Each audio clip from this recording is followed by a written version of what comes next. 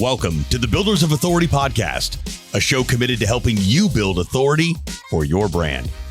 In the realm of business and personal branding, authority stands as a cornerstone. Authority isn't built overnight, it's built over time. So join us as we build something remarkable together.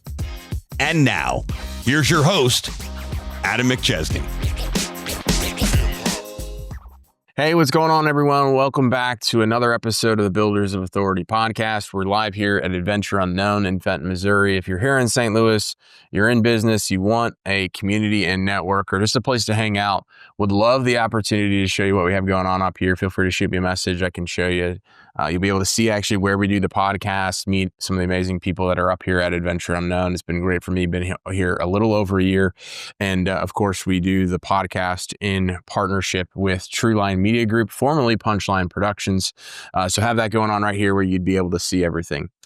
Today, I'm joined by somebody that I met through an online B&I group here in St. Louis that I joined back in 2020. Very few people have had a front row seat to seeing everything I've done since then. Today's guest is one of those people. Shortly after getting to know him, I knew that he was someone that I wanted to be my financial advisor. He's done a lot of different stuff for us, so we can kind of talk about everything he offers here today. We have now been working together ever since, and I can't thank him enough for helping my family and I set us up for success and plan for the future. So my guest today is Brian Bachelier with Hawthorne Capital. Brian, welcome to the show. Thanks, Adam. That was great. That was very nice. Thank you very much for having me. I obviously enjoyed working with you and your family. I can't believe that was like 5 years ago and we were doing it all online. Yeah, it was a tricky time, but there's some good things. Obviously, COVID wasn't great, but you know, there's some good things that came out of COVID too. Yeah, absolutely. So tell people a little bit about, who you are, kind of what Hawthorne Capital is, all that good stuff. Sure. Brian Bachelier. I've been a financial advisor for 7 years now. I've been in financial services since 1997. I started down this path, I would actually say back in high school, when my stepdad was very involved in buying and selling stocks through his stockbroker. Mm-hmm. Probably somebody, your generation's hasn't heard that term that much. But the Bitcoin. I was always, right. That's right. I was always fascinated with how we talked to a stockbroker and what they were always talking about. When are we going to buy this? When are we going to buy this? And looking through his library, there was one book that it's always stood out to me. And it was When to Sell. And I said, hey, you have this one book on when to sell stocks, but you have 50 books on when to buy. Why is that? And he said, because that's the only one anybody ever wrote. So that always stuck with me, that if you think about how this applies to anybody's situation now, or the entrepreneurs, the business owners you work with, people are so excited to start a business. But when are they going to get out of it? Mm-hmm. So I think about it from an investment perspective of when you get into investment, before you get into it, you need to know if that investment goes sideways, how long you're going to be in it. If it goes up, what's your exit strategy, or what's your downside protection, right? Mm-hmm. So I did a few different things. Buddy of mine ended up telling me that I'd be great at the Chicago Board of Trade. So I went up to Chicago. I was in the pits. If you've ever seen Trading Places, again, another movie before your little generation. It's a great Eddie Murphy, Dan Aykroyd film.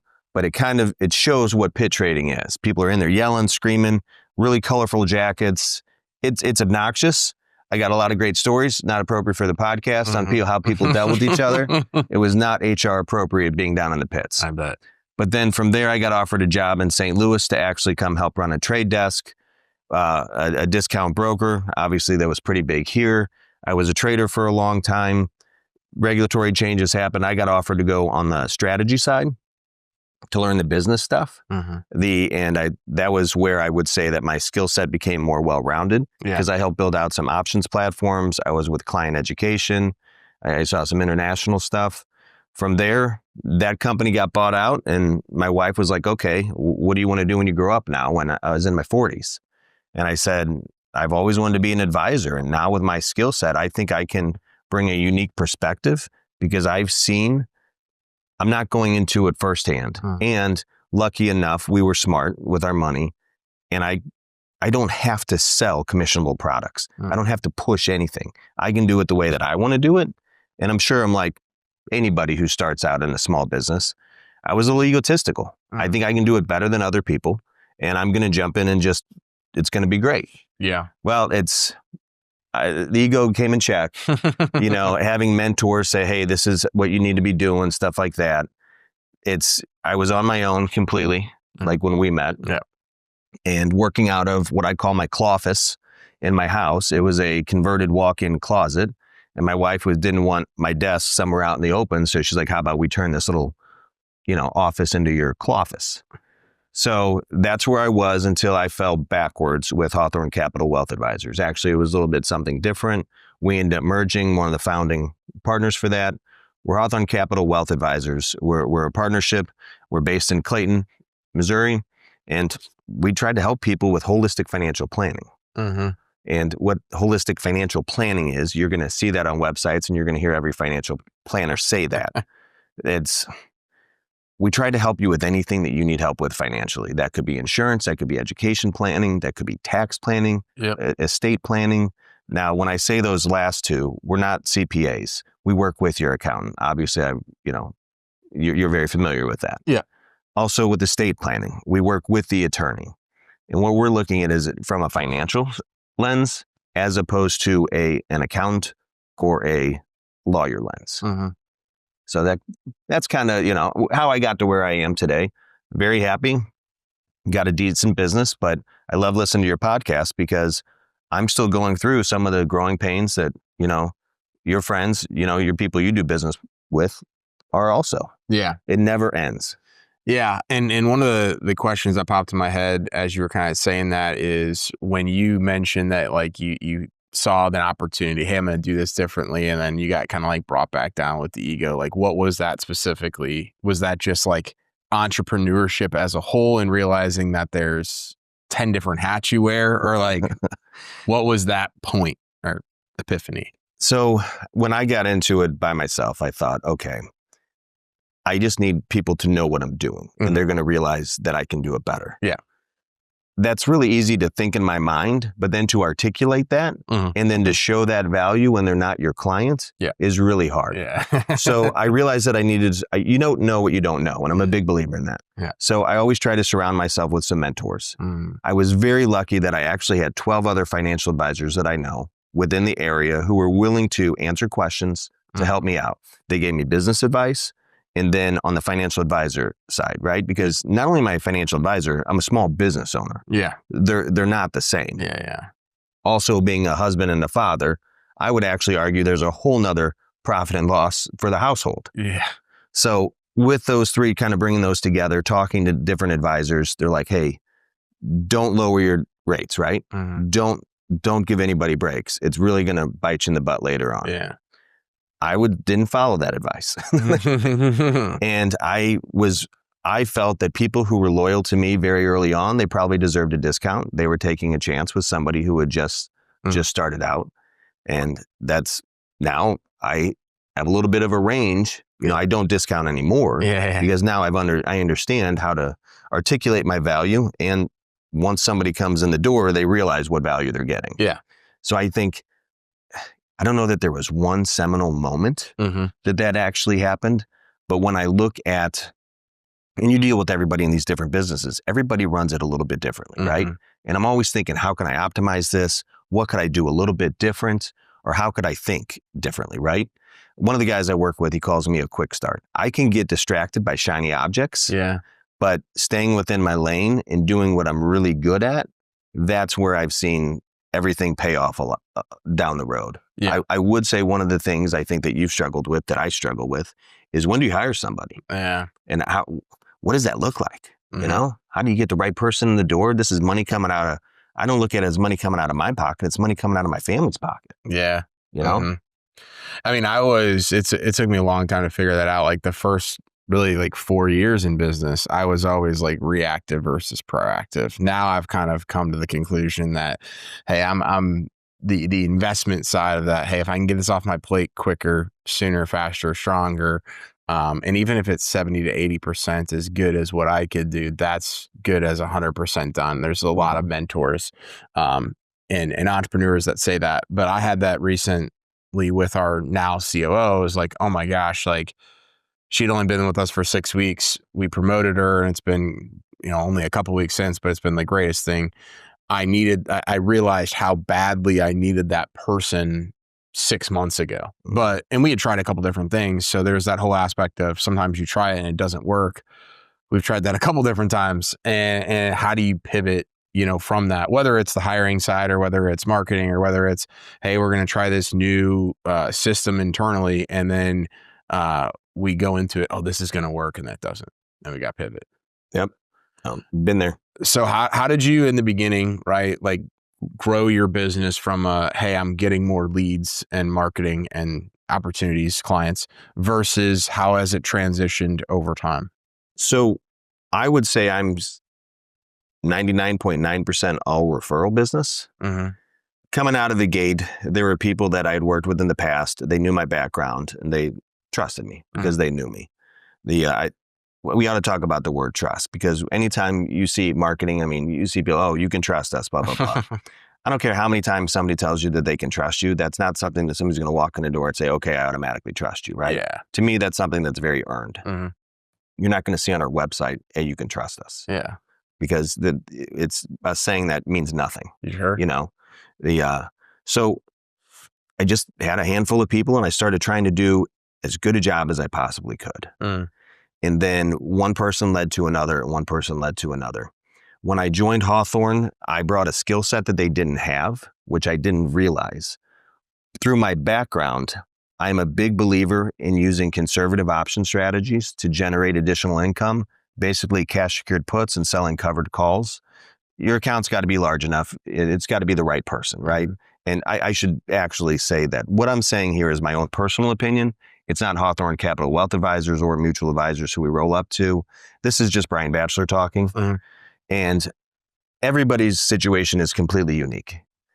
This is where I think we are a differentiator.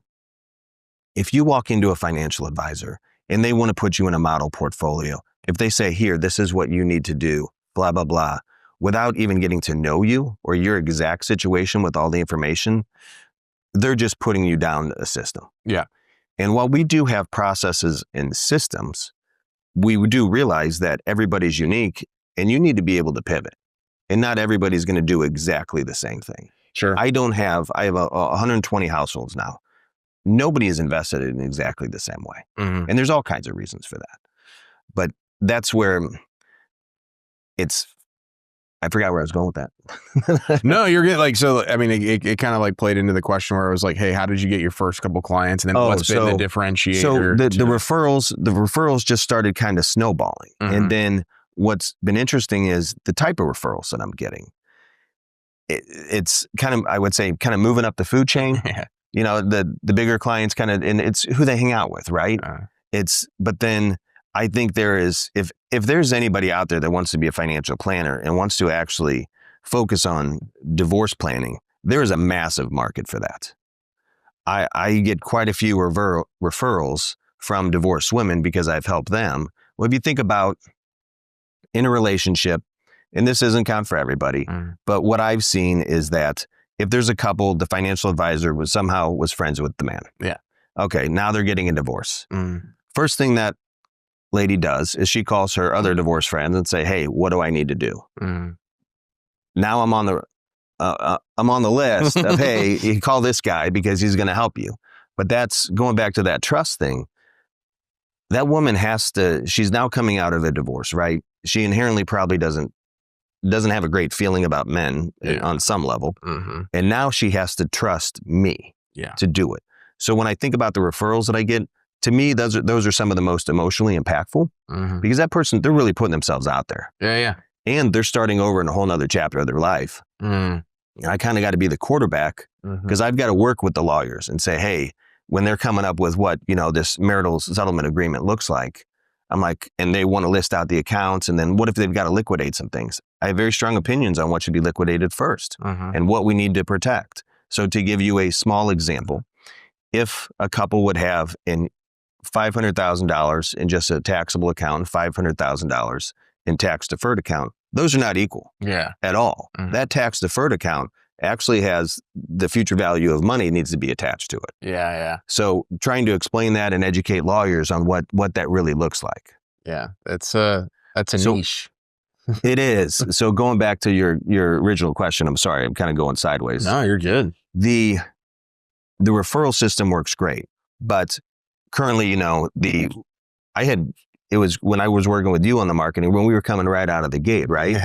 I quote something you said to me, and you probably don't even remember it, that when we first started out, you said, hey, this is really hard. You said, I've never dealt with a financial advisor. This isn't like the trades. Mm-hmm. And there's a lot of you clowns out here in where we live. Yeah. I didn't realize it, but right here in St. Louis, Missouri, we have the highest, more financial advisors per capita than anywhere in the U.S. That's nuts. Because we have 3 major players. We've got 4 or 5 major regional players. So I know they say, like, I guess on Broadway, if you can make it in New York, you're fine. Yeah. You can be a financial advisor in St. Louis. You're doing okay. It's hard. Yeah. Right. Because there's a lot of people. Well, and that's what, and I talk to people a lot of times is regardless of like what industry you're in, there should always be the referral aspect, right? There should always be like the branding aspect, whether that's the personal brand or Hawthorne. And then there could always be the other marketing stuff that you can do. But so often, right, people want to go down like one lane and only focus on that one lane. And it makes it tough, right? If something happens and it's just like, hey, something happens in the economy or something happens just in general where like the referrals or whatever it is just dry up. Same thing with branding, same thing with marketing.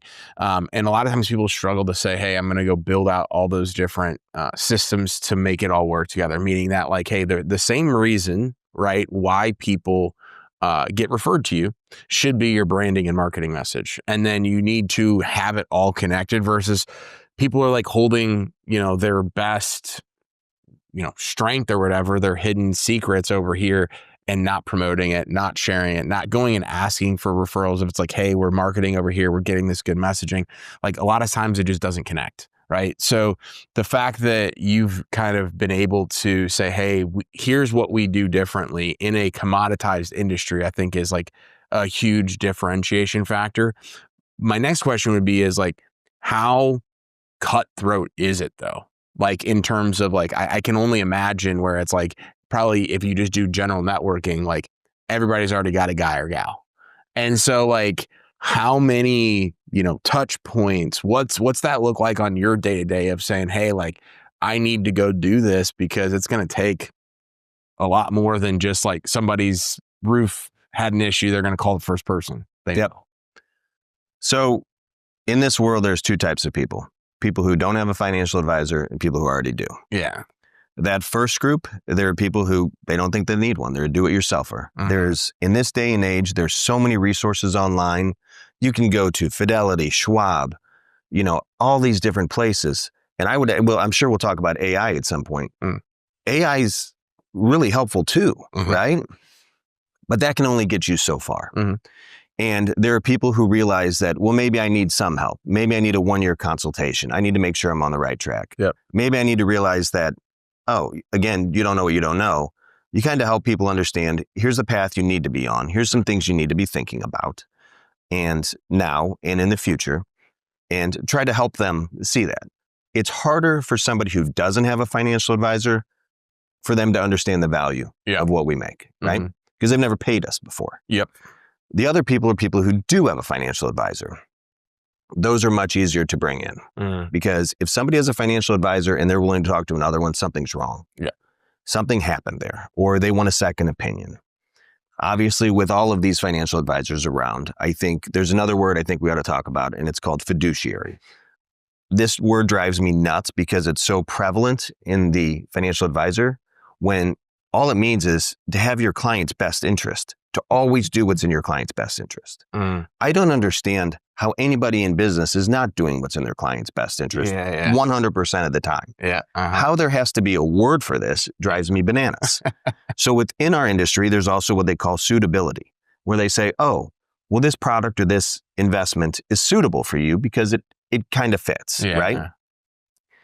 To me, and stupid analogy is, Adam, you need a shirt, right? I'm just going to give you a shirt. It's suitable for you. It might have, unicorns all over it and might not be way too small like a medium or be massive like a moo-moo. That's suitable because you just need to cover yourself. Fiduciary is, we're going to put you in a nice shirt some kind of collared polo that actually fits and accentuates, the reason why your wife signed up. Yeah. Mm-hmm. So to me, that's the only really decent analogy I can come up with. And even That's a good analogy. But there are so many people out there so I think one of the things I'm going to guess, what you're going to ask is, what should people be, how do you judge a financial advisor, right? I mean, if there's so many of us, there's two words, clarity and transparency. You need to have a very clear understanding of what that advisor is going to do. They need to be very transparent on also what they're charging you. Yeah. So there are people who, on certain companies, you go to somebody, they're incentivized, right? Where's the cheese, right? People are going to go where the cheese is. If they're incentivized to sell insurance or an insurance product, that's what they're going to find is suitable for you, right?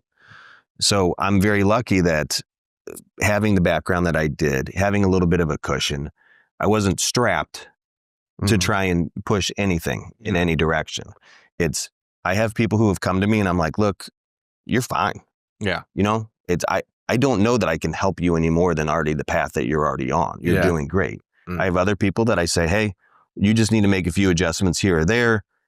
This is what I can offer you. Yeah. And then I have other people that come and I'm like, there's a lot of work to be done. Yeah. Well, it's funny that you say that. So we have kind of like recrafted this year, like our ideal client profile.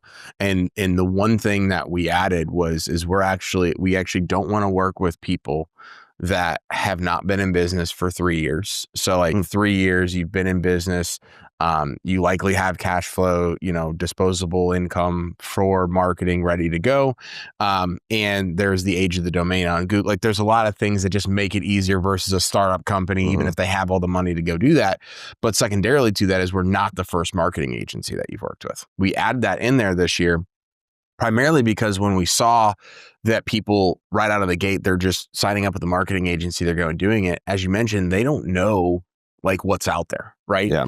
And so sometimes we'd have clients leave us and they'll go to another marketing agency because they're doing hey, just come over here because we're cheaper or whatever the selling point is. And then they'll end up coming back and they're like, hey, I had no idea what, we thought it wasn't good. We were sorry, right? Yeah. Like they come in and go do that. And then we're just like, I don't even want to go down that back and forth thing because very few times is it like, are you going to work with the first financial advisor is never going to be like the lifetime one unless there's a bigger relationship there. Yeah. So I like for people to see, hey, go test out what else is out there. If and when it doesn't work, come back to us so we can have that conversation and what you like, you don't like, and we can go formulate that to kind of make that better. Yeah. So I think that's an interesting point. And then the other aspect you kind of mentioned was that like whole AI thing. So we're seeing a lot right now in marketing where like, oh, I'm just going to go do it myself or with AI or have a virtual whatever person go do AI. Like what are you seeing people do, say, think about with that? AI is not going anywhere. Yeah. So people can be upset about it and they can speculate all they want. What I'm seeing is I look at AI as there's two sides of the table. There's myself and there's my client sitting on the other side of the desk. How does AI benefit me? How does it benefit them? Yep. Right now, when I have a meeting with the client, I have to have AI. I have to have a note taker. Yeah. Taking notes. Oh, yeah. It frees me up. I'm just traditionally not a great note taker. That wasn't a skill I developed in junior and senior high, right? Nothing gets missed, but also it protects me because it's recording everything that I'm saying. Yeah. It's also protecting that client because if that client says, hey, this is what he promised me, this is what he guaranteed me. Yeah. Well, now we can go back and we can look and we say, is that really what, because there's no guarantees on really anything. The other thing that I see from also with AI, it's a trusted partner because, and I use the word trust there, because you can it is combing the world for information, right?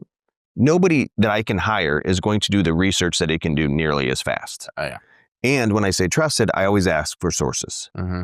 I want you to do this. I want you to research this. I need information, but I need to know those sources. Yeah. Right? Because then I can go back and say, hey, whatever. Is this real? And not everything that it gives me is going to be relevant. Sometimes, and if the source sucks, that's why I want to know. I was trying to research something last week, and when I asked for the sources, none of them were dated later than 2005. So I had to change the prompts, right? It's always a learning process. Yep.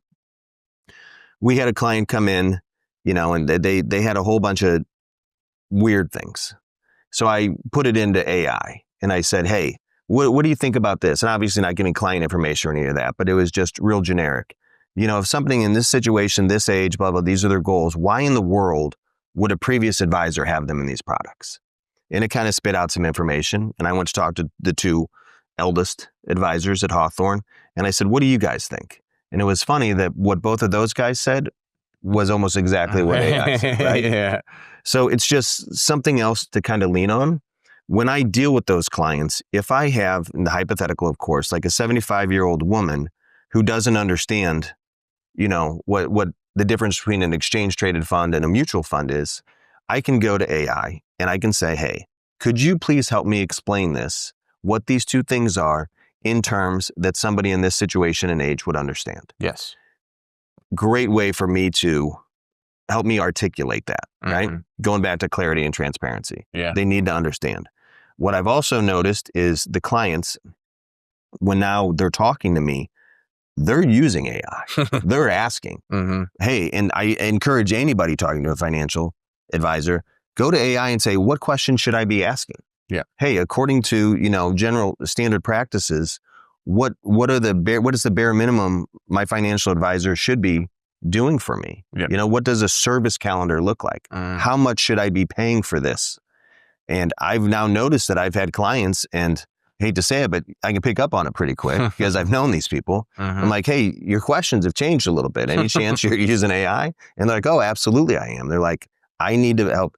But that comes on to any financial advisor to help that client be educated on not only what I'm doing, but what they should be thinking about. Yeah.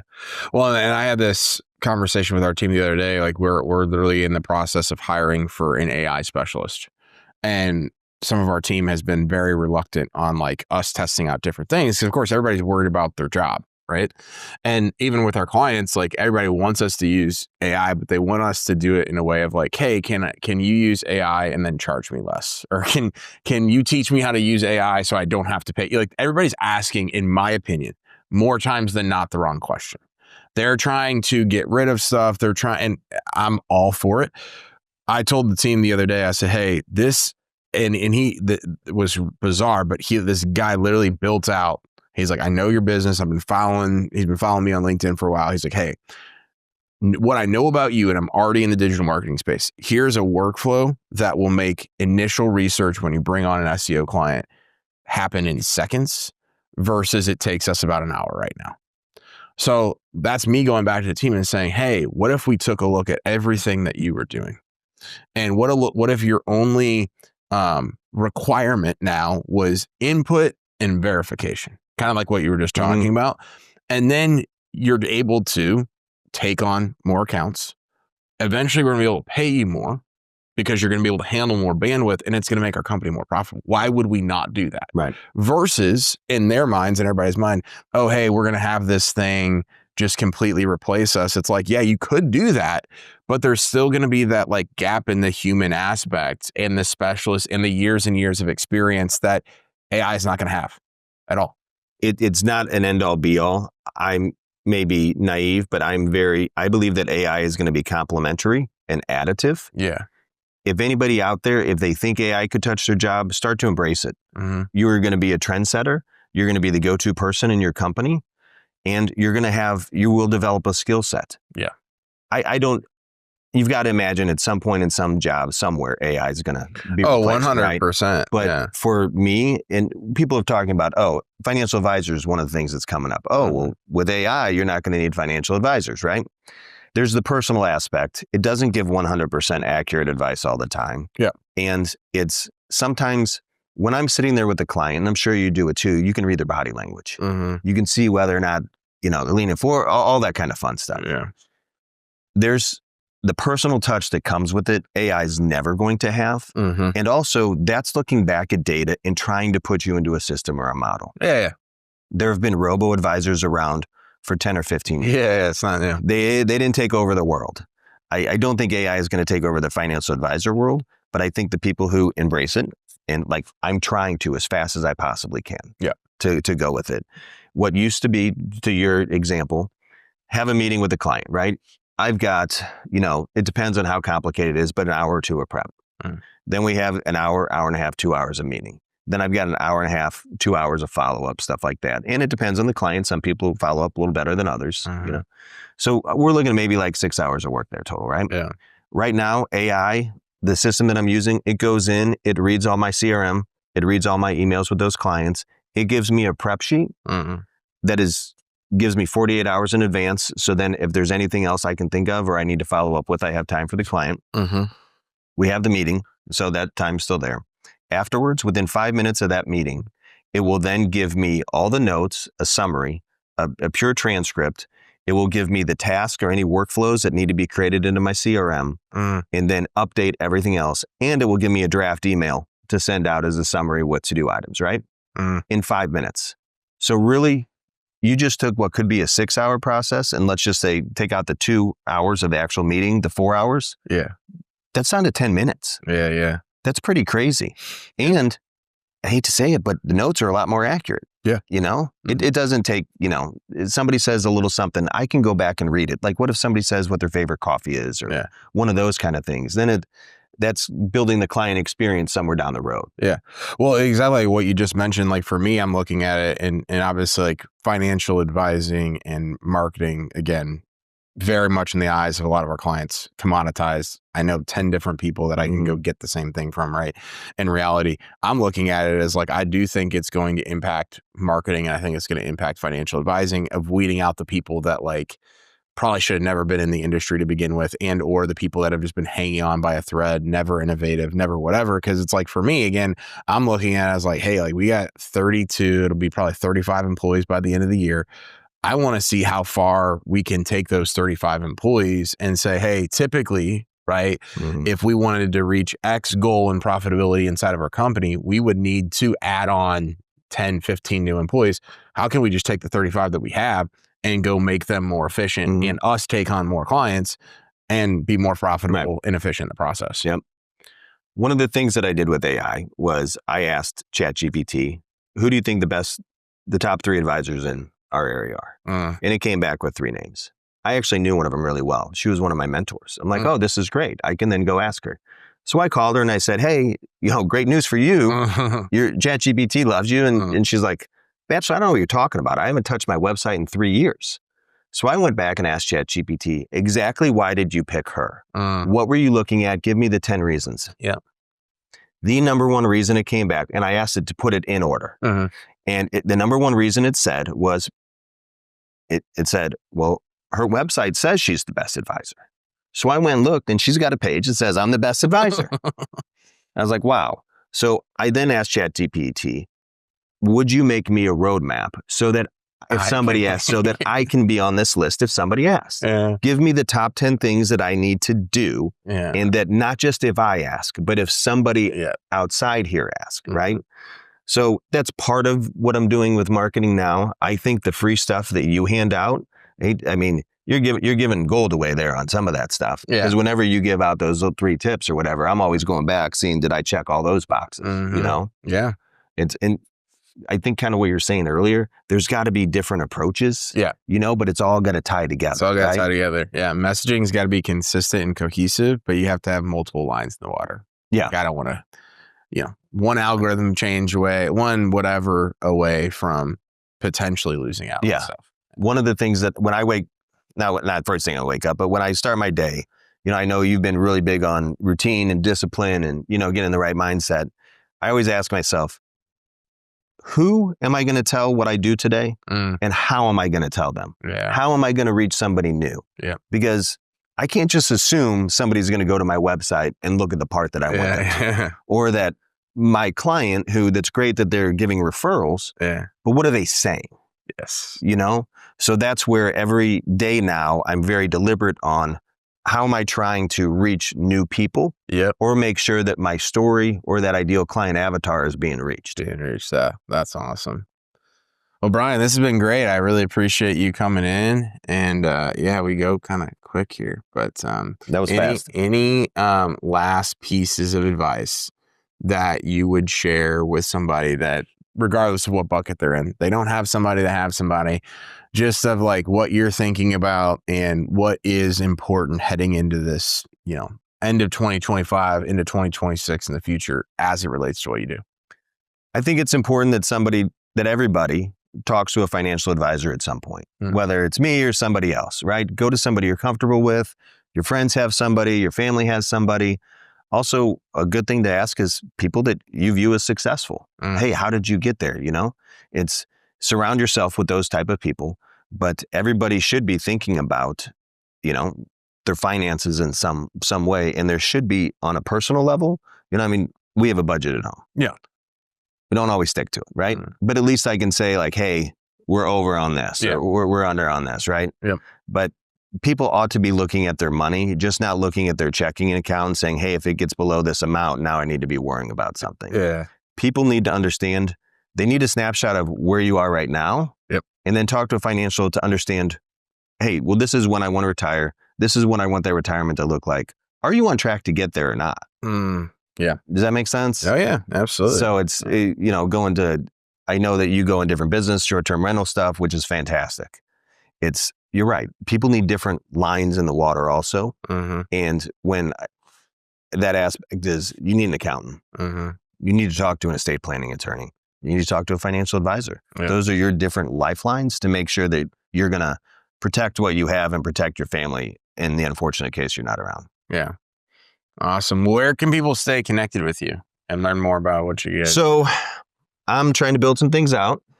I just started a monthly newsletter where I go like a feature story, then I do a little personal story. Try to highlight, a charity. We're big dog advocates. But then also one of the things that I'm trying to get off the ground here is what I call stupid social media advice. Because I'm a certified financial planner. I'm also a chartered market technician. But within the CFP board, they put out some literature, and I don't want to quote any numbers, but there's a high percentage of financial advice online that is just inaccurate. Yeah. If you ever watch a video that starts with, these are the only things you need to invest in, these are the only accounts. These people know nothing about your individual situation. You can't do it, right? And I have clients, hey, I just saw this video. Awesome. Okay, let's go over it, right? But I can be reached. I'm on LinkedIn. Have a YouTube channel out there. What else do we have? Facebook going. I'm on Twitter.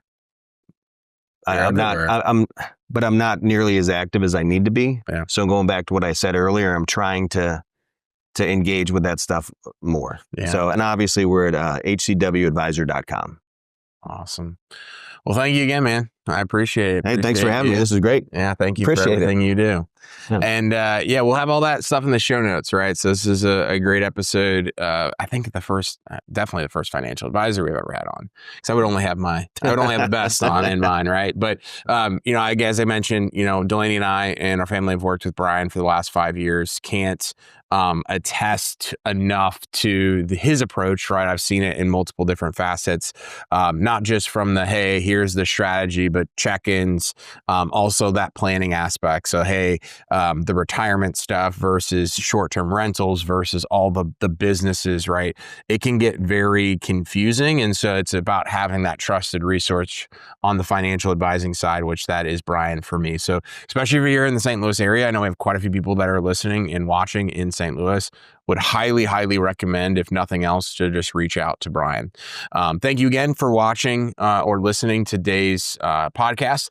Make sure to leave us a review if you're listening. If you're on YouTube, subscribe to the channel, like the video, leave a comment. It definitely helps us get this out to more people. So share it on social media.